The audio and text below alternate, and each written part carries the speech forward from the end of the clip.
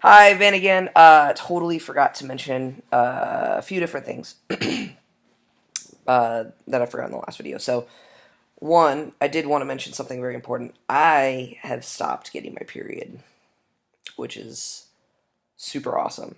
Um, it only took 1 month of the testosterone in my system for my period to completely cease and desist because the first day that I got my period also happened to be, I mean, not the first day, but my last period started when I got my first shot of testosterone. So it was exactly 1 month of the T, and then I realized that I just didn't get my period after that. So that's super cool. No more period. Also, what was the other thing? Not being misgendered. Another thing that I've noticed is the last maybe 2 or 3 weeks, anybody new that I'm meeting or that I'm running into has been calling me sir and he and him. Um, like I haven't been misgendered. There was one time where I was out somewhere, and I guess I was buying a ticket for something, and the lady was talking to the guy next to her, and she said blah blah blah her, and the dude was like, "You mean him?" So I didn't even have to correct her. The dude that she was talking to corrected her, and it kind of seemed like she was like, "Oh, like it wasn't that big of a deal." But really excited, yeah, because I don't have to say anything. People just refer to me as him and he now. So finally, uh, that started a few weeks ago. So right around 2 months on T. Could be because I have a pretty distinct mustache going on, and that was there even before the testosterone. It's just gotten a lot thicker and darker. It's because I'm half Cuban. Um, and then what was the other thing? The third thing? We just said it. Top surgery. Top surgery. So I realized, and my wife realized actually, that I never mentioned that I had already gotten top surgery. So I actually got top surgery September of 2015. That sounds right. Sounds like because it's been a little over a year. Wait, it's Yeah. 2018 now, so it happened in 2016. 2016, sorry. It's been a little over a year. I actually got the top surgery before I started taking hormones.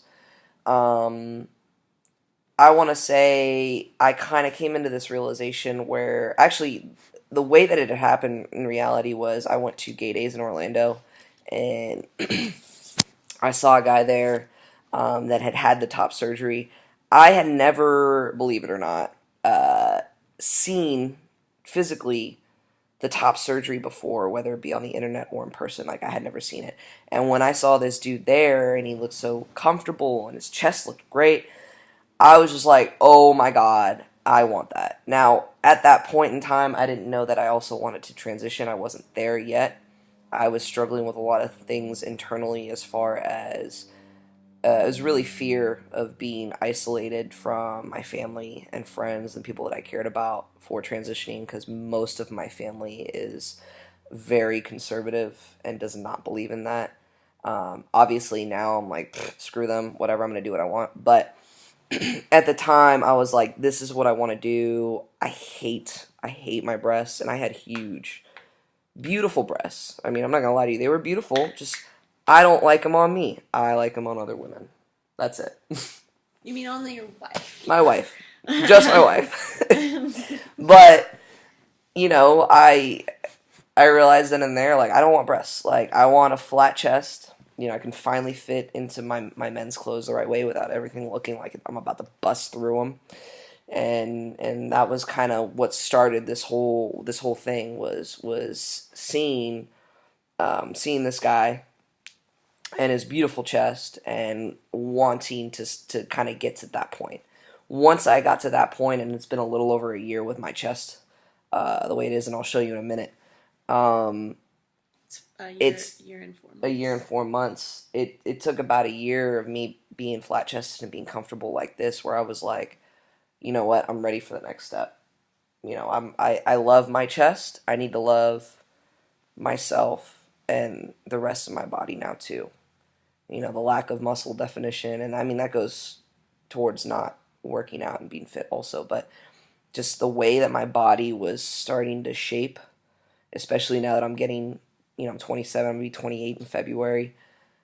My body's kind of growing into this very womanly, voluptuous, womanly figure. And if you've seen any of the women on my dad's side of the family, they all get very, very curvy, very big hips, very big ass. And I'm just like, like that's not what I want. Like, I wanna grow up, grow old to be an old man. I don't want to be an old woman. So that's how that line of thinking kind of transformed along the line, and now here we are. I'm almost 3 months on T, and I don't regret it. I'm excited. I'm excited for the changes to come. I'm excited that I'm married to this incredible woman.